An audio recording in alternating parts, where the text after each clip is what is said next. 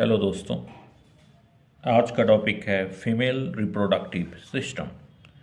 इसमें हम लोग देखते हैं कि सबसे पहले क्या क्या पार्ट्स होते हैं। तो इसमें अंडाशय जिसको ओवरी कहते हैं, इसके बाद अंडवाहिनी जिसको फैलोपियन ट्यूब कहते हैं, इसके बाद गर्भाशय जिसको यूटेरस कहते हैं, और योनि जिसको वेजाइना कहते हैं। सबसे पहले हम लोग जाते हैं अंडाशय, ओवरी। क्या होता है कि फीमेल्स में एक जोड़ा अंडाशय होता है। यह पेरिटोनियम झिल्ली द्वारा अंदर से जुड़ा हुआ रहता है, जिसको जनन एपिथीलियम कहते हैं। आंतरिक भाग तंतुओं और संयोजी ऊतक जैसे टिश्यू और जो जितना सारा है उससे बना होता है, जिसको स्ट्रोमा कहते हैं। इसका जो मुख्य कार्य क्या होता है, फंक्शन क्या होता है ओवरीज का, कि ओवम पैदा करता है। कब? जब सेक्सुअल इंटरकोर्स के दौरान मेल फीमेल रहते हैं, उसमें जो होता है ओवम पैदा करते हैं, जो किस लिए क्या हेल्प करता है, तो एक चाइल्ड डेवलपमेंट में मेन रोल प्ले करता है। ठीक है। अब है कि इसमें से दो प्रकार के हार्मोन निकलते हैं, जिसको क्या कहते हैं, एक को कहते हैं प्रोजेस्टेरोन, दूसरे को एस्ट्रोजन। ये क्या करता है कि ये मेंस्ट्रुएशन को नियंत्रित करता है, ये दोनों हार्मोन। अगला है अंडवाहिनी फैलोपियन ट्यूब।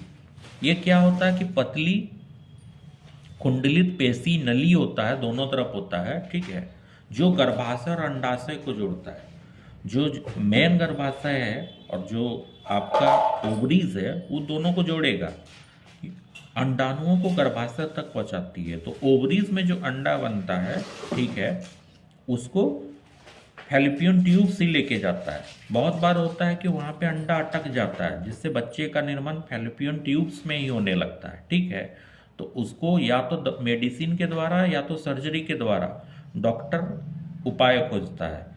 तो ये जो है आपका एक पाइप का काम करता है। जैसे देखते हैं टंकी लगा हुआ है, वहाँ से पानी जाता है, तो वो फैलोपियन ट्यूब एक पाइप का काम कर रहा है।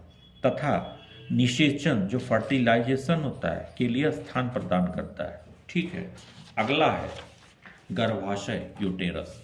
यहीं भी सारा फंक्शन होता है मेन। ये 7.5 सेंटीमीटर लंबा होता है, 5 सेंटीमीटर चौड़ा होता है, और इसकी जो दीवार वॉल होती है 2.5 सेंटीमीटर मोटा होता है।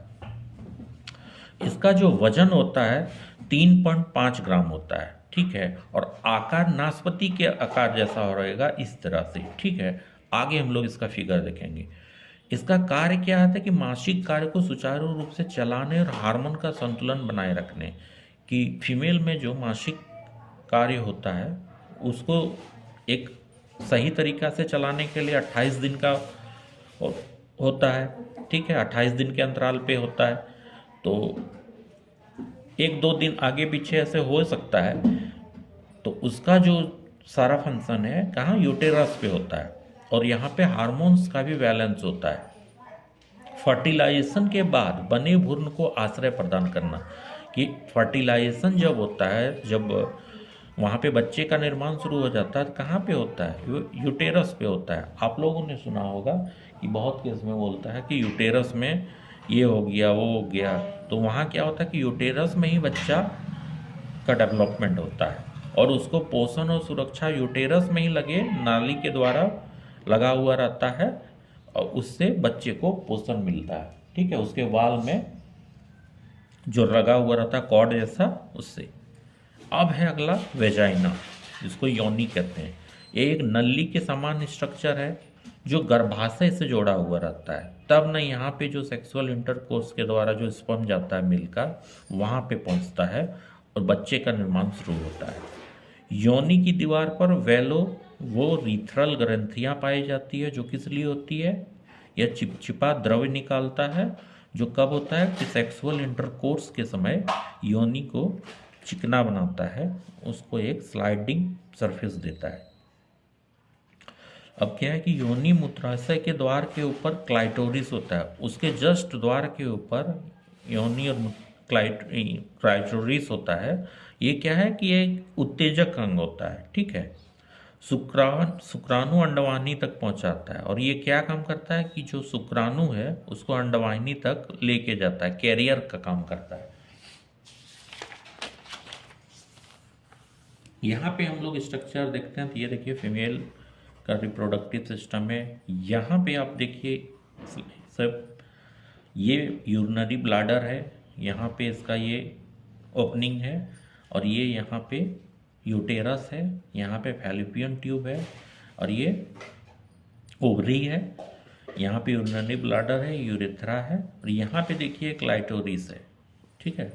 और यहाँ पे देखिए आप एक हायामेन नामक पतली झिल्ली से वेजिना का बंद रहता है, ठीक है। आगे हम लोग देखते हैं इसका स्ट्रक्चर। यहाँ पे आप लोग देख लीजिए कि ये फैलोपियन ट्यूब है और इसके दोनों साइड ओवरी लगा हुआ है, यहीं से अंडा जाता है, और यहाँ से जो स्पर्म आता है तो यहाँ पे फर्टिलाइजेशन करके बच्चे का निर्माण यहाँ पे होता है, ठीक है, यूटेरस पे। और यहाँ पे वेजाइना ओपनिंग है, तो बच्चे का निर्माण हो जाता है। उसके बाद या तो बच्चा, सर्जरी आजकल हो रहा है तो पेट के माध्यम से बाहर आता है, या फिर यही वेजाइना के माध्यम से ही बाहर आता है। यहाँ पे हम लोग वेजाइना का स्ट्रक्चर देखेंगे, तो यहाँ पे आप लोग देखिए क्लाइटोरिस है, और ये बाहर का जो स्ट्रक्चर होता है जिसको लेबिया मेजोरा कहते हैं, और अंदर का जो स्ट्रक्चर होता है जब ये ओपन होता है तो उसको लेबिया माइनोरा कहते हैं। और यहाँ पे जस्ट देखिए कि यहीं पे यूरेथ्रल ओपनिंग होता है जिससे यूरिन बाहर निकलता है, ठीक है। और यहाँ पे आप लोग देखिए कि वेजाइना का प्रोटेक्शन के लिए यहाँ पे सबसे पहले हायामेन नामक पतली झिल्ली होता है। ये झिल्ली रनिंग से, एक्सरसाइज से ऐसे टूट सकता है, या फिर जब शादी हो जाता है उसके बाद इस झिल्ली ये सेक्सुअल इंटरकोर्स के दौरान टूट जाता है, ठीक है, जिससे कभी कभी ब्लड भी बाहर निकलता है, जो कि एक कॉमन बात है। और यही इसका ये प्रोटेक्शन वाल है, हायामेन है, ठीक है। तो यहाँ पे जो है कि ये झिल्ली कभी भी ऐसे टूट सकता है, बहुत ही पतली झिल्ली होता है, रनिंग से, एक्सरसाइज से, ये तो यही है हायामेन, और ये है स्ट्रक्चर, ठीक है। Thanks for watching.